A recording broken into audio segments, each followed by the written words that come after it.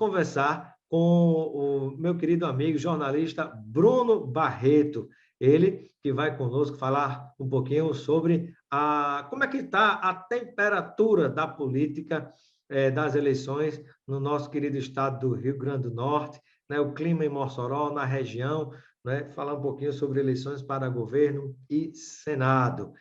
Seja bem-vindo, Bruno Barreto, ao nosso Espaço Cidadão. Olá, Robson, olá, telespectadores do Espaço Cidadão. Uma satisfação estar aqui, amigo, para bater um papo contigo e falar um pouquinho do quadro eleitoral aqui em Mossoró e região. Vamos fazer essa discussão. Aí estou à sua disposição. Igualmente, Bruno, prazer tê-lo conosco. E eu gostaria que você começasse aí a nossa entrevista falando um pouquinho sobre o que é que você tem achado de diferente se a gente comparar essas eleições de 2022 com as duas últimas eleições, por exemplo, né, essas eleições gerais para presidente, governador e senador, deputados estaduais e federais. Começando por presidente, eu acho que a grande diferença que a gente tem é a possibilidade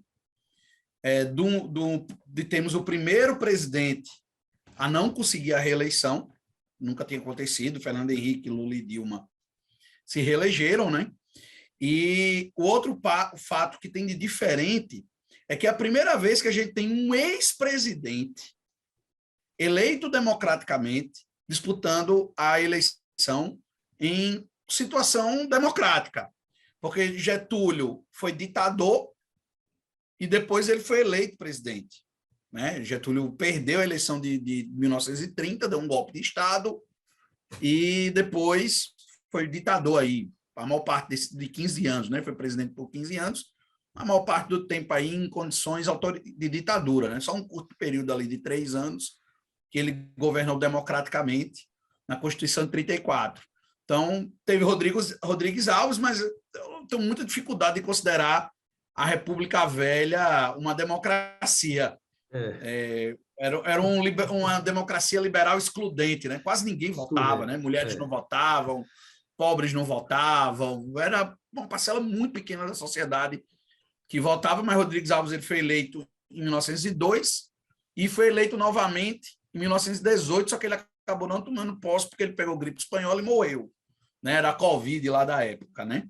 Então, assim, a gente tem esse quadro de a primeira vez em situação democrática, um presidente eleito democraticamente disputando novamente uma eleição contra o presidente que está no exercício do cargo, o presidente que tem uma avaliação muito ruim, mas tem um eleitorado muito fiel ao mesmo tempo. Então, a gente tem esse quadro de Lula e Bolsonaro, essa hiperpolarização, que a gente já teve em outras eleições uma hiperpolarização, 2006, Lula e Alckmin, foi uma hiperpolarização, só que as pessoas esquecem que polarização sempre existiu.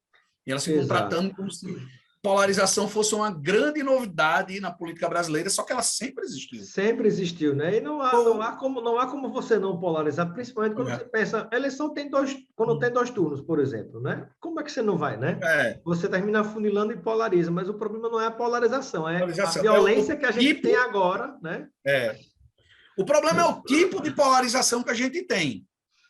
A polarização coxinha, mortadela, que era PT e PSDB, era uma polarização dentro dos limites da civilidade.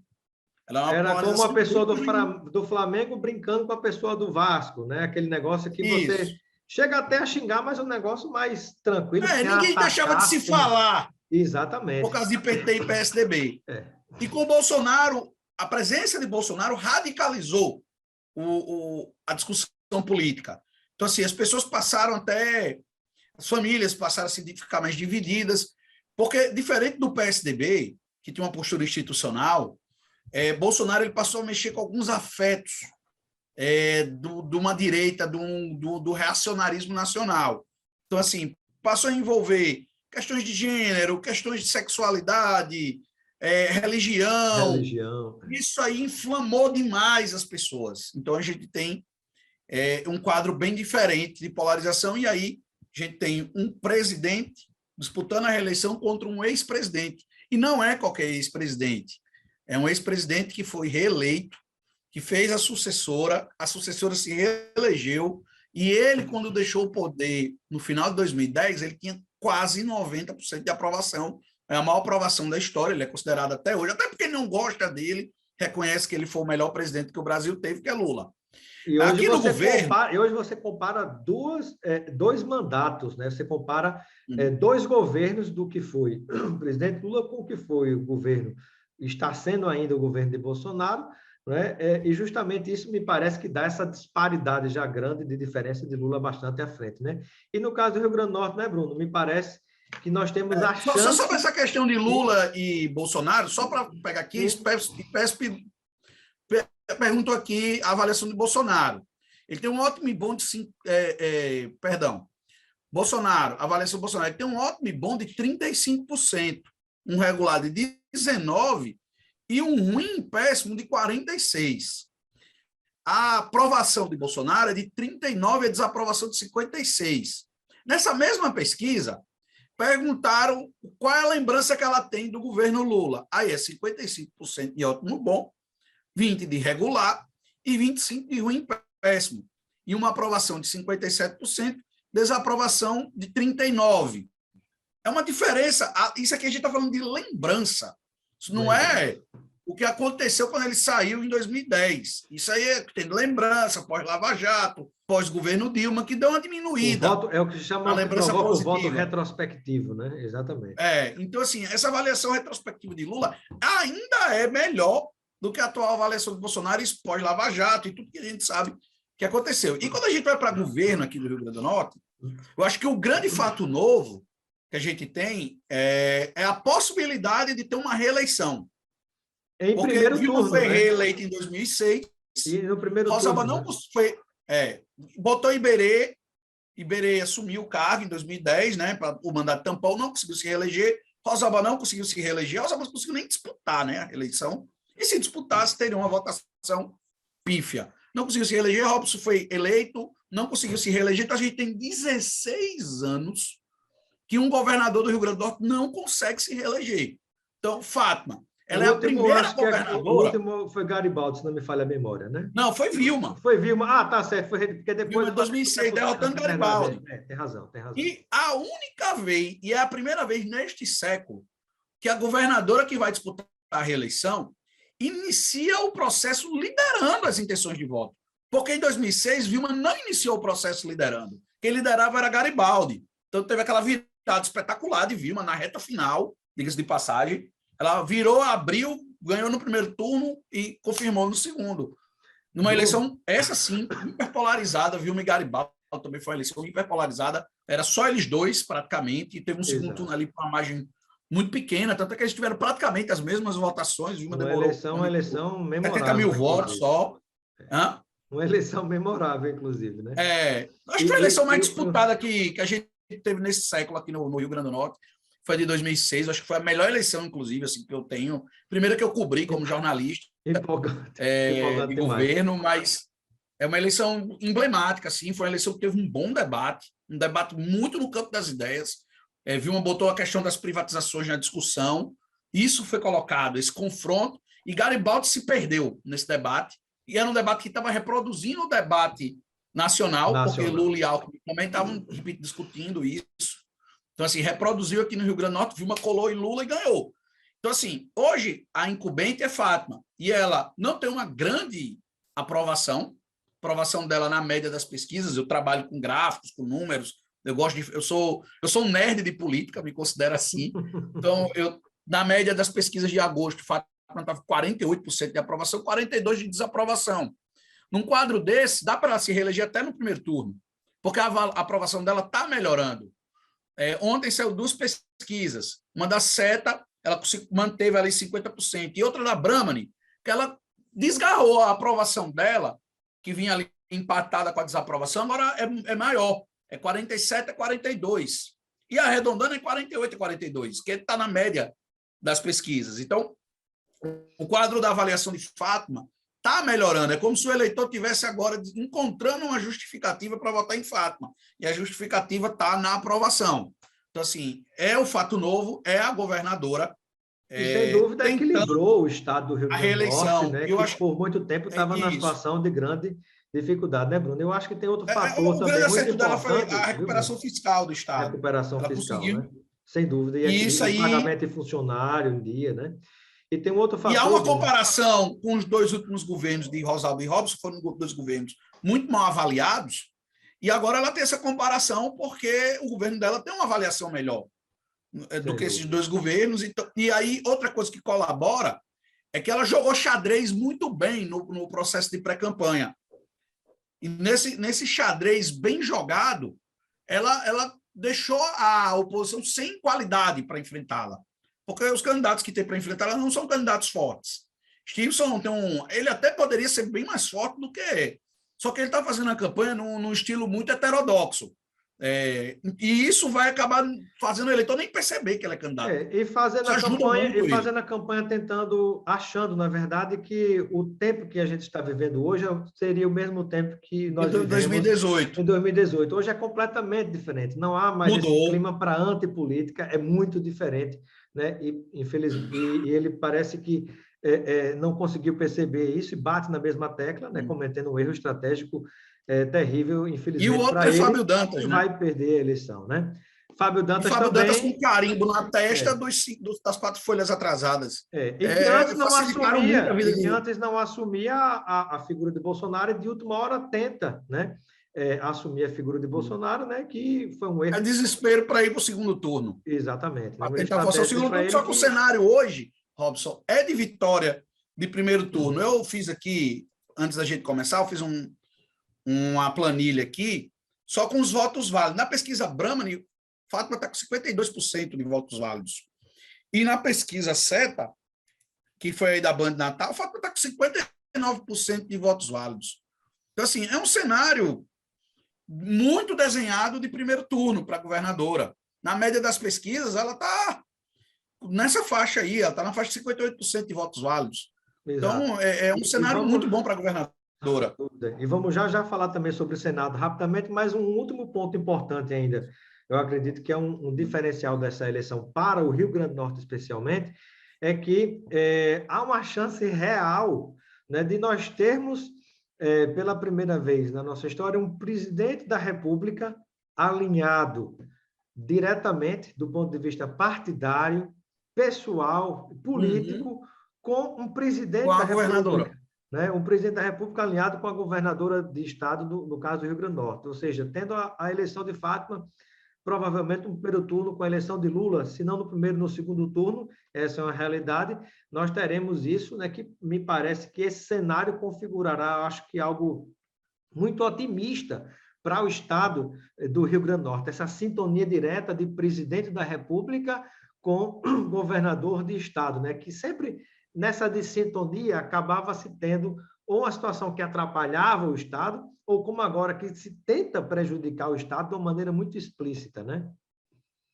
Pois a gente teve ali, eu acho que da redemocratização para cá, eu acho que só Sarney e Geraldo Mello eram do mesmo partido. Quando o Geraldo ainda foi no... exatamente. Porque ele era do MDB, depois ele foi para o PSDB, exatamente.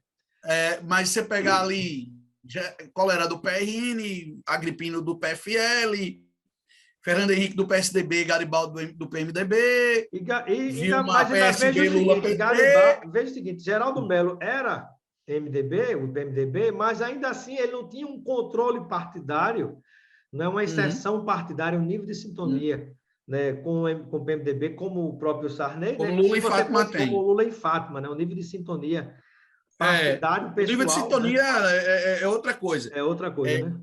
E assim, Rosalba era adversária de Dilma, mas havia um relacionamento republicano. Dilma chegou a defender Rosalba numa vaia lá em São Gonçalo, uma vaia homérica, diga-se de passagem, que Rosalba tomou em São Gonçalo, e Dilma defendeu Rosalba naquele momento. Então, assim, você não imagina, Bolsonaro veio ao Rio Grande do Norte, ele sequer convida a governadora para a agenda. É uma coisa até, assim, deselegante. Então, assim, o que acontece com Fátima e Bolsonaro é um negócio assustador até, é horrendo. E as pessoas da imprensa aqui do Estado normalizaram isso aí, acham que Bolsonaro está certo. Eu tenho certeza que se no passado um presidente do PT fizesse isso com um adversário governador aqui no estado, a gritaria era geral. E simplesmente todo mundo acha até engraçado Bolsonaro desrespeitar a Fátima dessa forma. Então, assim, e aí ainda tem a cara de pau de dizer que graças a Bolsonaro, não teve graças a nada, né? A gente chegou ao ponto do Tribunal de Contas desmentir uma informação falsa sobre o envio de recursos da pandemia, que teria usado para pagar a folha. O Tribunal de Contas do Estado teve que desmentir. Desmentir o presidente da República. É inacreditável. E assim, e indo para o Senado, já que você já tinha falado, né? Tá embaralhado, Bruno? Tá embaralhado. Eu fiz uns gráficos, botei nas minhas redes sociais, quem quiser depois dar uma olhada. A boca do jacaré fechou para Rogério e Carlos Eduardo. Rogério tem crescido lentamente, de margem de erro em margem de erro, e Carlos Eduardo estagnou, ele não sai do canto desde maio. Então, assim, a boca do jacaré está fechando. E Rafael Mota não conseguiu o disparo esperado. Ele agora que está passando de 2 dígitos. Ele ficou muito tempo ali patinando entre 8% e 9%. Agora ele está na faixa de 11%. E o crescimento dele também está muito lento. Agora tem uma coisa. Os números do Senado estão abertos para reviravoltas. Por quê? Metade dos eleitores para o Senado não estão com voto fidelizado. Eles admitem mudar ou dizem não saber se muda. Ora, se você não sabe essa reviravolta seria pró-Rafael Mota? Não dá para prever. Não dá para prever. Mas se pegando, se eu fosse prever isso agora, era mero chute. Se você pegar, a gente tem aí 50% dos eleitores que declaram voto estão com voto fidelizado. Quando você vai para o governo, já está em quase 70%. O presidente está em 84%. Eu estou falando isso com base nas pesquisas. Agora sei, item SETA, que abordaram essa questão. Então, assim, a gente tem um voto não fidelizado para o Senado. Porque quando você bota lá, pergunta, o seu voto é definitivo? Aí a pessoa diz, a outra diz, não. Aí tem uma terceira que diz, não sabe. Ora, se você não sabe, é porque não é definitivo. Você não sabe responder, é porque o seu voto não está fidelizado ainda. Então, metade dos eleitores, arredondando, que declaram voto para o Senado, admitem mudar. O que é isso? Agora, qual é o forte indicativo disso? Eu tenho uma interpretação, não sou dono da verdade, que isso é um compasso de espera para voto útil contra Rogério Marinho. Por quê? Na pesquisa Agora Sei, Rogério Marinho é o candidato que tem o voto mais fidelizado. 72% do eleitor dele está fidelizado, porque é um voto bolsonarista. Então, o voto de Rogério está muito vinculado a Bolsonaro. E o próprio Rogério já entendeu isso. E que tem um teto muito claro, não é? O próprio Rogério entendeu isso. Então, o Rogério não está fazendo mais campanha para ganhar o eleitorado do Estado. Ele está fazendo campanha para segurar o eleitor de Bolsonaro. E a campanha dele é nesse sentido, aí pegar uns votos de prefeitura, de cargo comissionado, que é o voto que a prefeitura influencia para a majoritária, é voto de cargo comissionado. Então, ele vai trabalhar com isso aí para ver se chega a 1/3, e aí torcer que Carlos Eduardo e Rafael se enrolem, como eles estão enrolados, né? Porque Rafael não cresce, nem Carlos cresce. E fica esse compasso de espera para ver quem vai ter um voto útil. E aí fica a pergunta, como é que vai se comportar, por exemplo, o setor progressista do Estado e setores internos do próprio Partido dos Trabalhadores, porque há uma resistência ao nome de Carlos Eduardo, nessa aliança que foi feita, dentro do próprio PT, como também externo, mais no campo progressista, por isso que está desaguando parte desse voto em Rafael.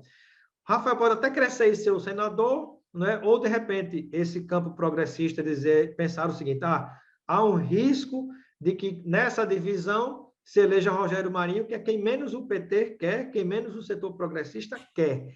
E nesse emaranhado, né, no final das contas, esse campo vai concentrar os votos em Rafael, vai concentrar os votos em Carlos Eduardo ou vai permanecer dividido com esse risco de Rogério Marinho? Estando assim, com Rogério e Carlos Eduardo em empate técnico num pelotão acima do de Rafael, a tendência que eu vejo para a reta final é que Rafael desidrate e Carlos cresça. Rafael tem 15 dias para crescer. Se ele não crescer até o dia 20, vai haver uma migração de votos para Carlos Eduardo. Eu acho que essa sensação que eu tenho, porque esse eleitor que está em compasso de espera, é compasso de espera para derrotar Rogério. E aí vem a pergunta, que é a pergunta de Enem, né? Onde é que está o pulo do gato?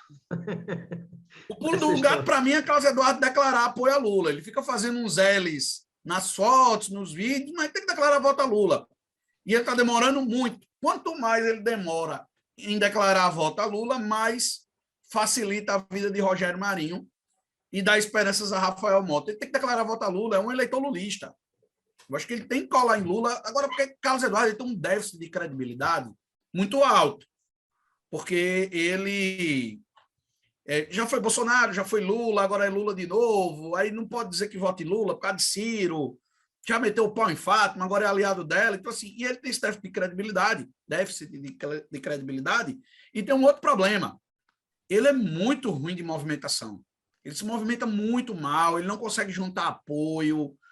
Enfim, ele é um candidato muito picolé de chuchu e não vai para a rua, né? É um negócio, assim, inacreditável. E chuchu sem Lula parece que é um prato que a história mostra que nunca deu certo, né? Agora que vai dar certo. Muito bem. Pois, Bruno, nós chegamos ao fim dessa nossa entrevista. Vamos marcar outras entrevistas também.